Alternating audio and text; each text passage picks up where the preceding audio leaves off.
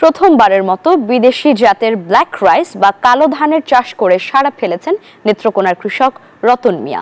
কম খরচে ভালো ফলন এবং বাজার মূল্য বেশি হওয়ায় আগ্রহী হয়ে উঠেছেন অন্য কৃষকরাও।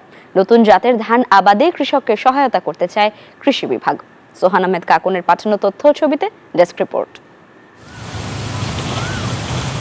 কৃষক রতন মিয়া মাত্র 10 কাঠা জমিতে পরীক্ষামূলক ব্ল্যাক রাইস জাতের ধান আবাদ করেন। ধান পরিপক্ক হওয়ার পর শীষের রং গাঢ় বেগুনি থেকে কালো রং ধারণ করে, যা এই ধানকে আলাদা পরিচিতি এনে দিয়েছে।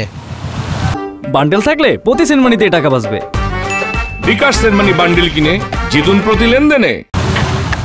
রতন মিয়া জানান, ইউটিউব দেখে ব্ল্যাক রাইস চাষ সম্পর্কে জানতে পারেন তিনি। বীজ সংগ্রহ করে প্রথমবারের মতো এই ধান আবাদ করেন। এই জাতের ধানে খুব বেশি রাসায়নিক সার বা কীটনাশকের প্রয়োজন হয় না, ফলনও ভালো হয়েছে। ধানটার ফলন ভালো আছে, 10-12 মন করে হয় কাটাতে। এটা পুষ্টিকর খুবই। ভালো ফলন ও বাজার মূল্য বেশি হওয়ায় আগ্রহী হয়ে উঠছেন স্থানীয় অনেকে। আগামীতে এই ধানের আবাদ বাড়াতে চান স্থানীয়রা। এবার আমি চেষ্টা করবো আঙ্কেলের কাছ থেকে বীজ নিয়ে যেয়ে আমার দেশে যেয়ে করার জন্য। দামেও খুব উন্নত, তা আগামীতে ইনশাল্লাহ আমরা সকলেই করব। এটা ফলন ভালো এবং পোকামাকড়ের আক্রমণটা কম। দেশি জাতের পাশাপাশি নতুন জাতের ধান আবাদে সহায়তার আশ্বাস কৃষি বিভাগের।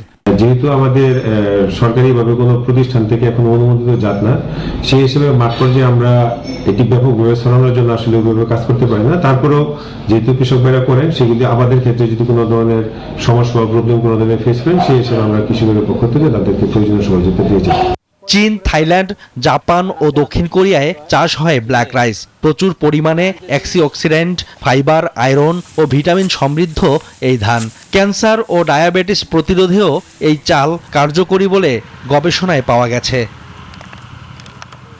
Shoaib Shamim, desk report, news 24।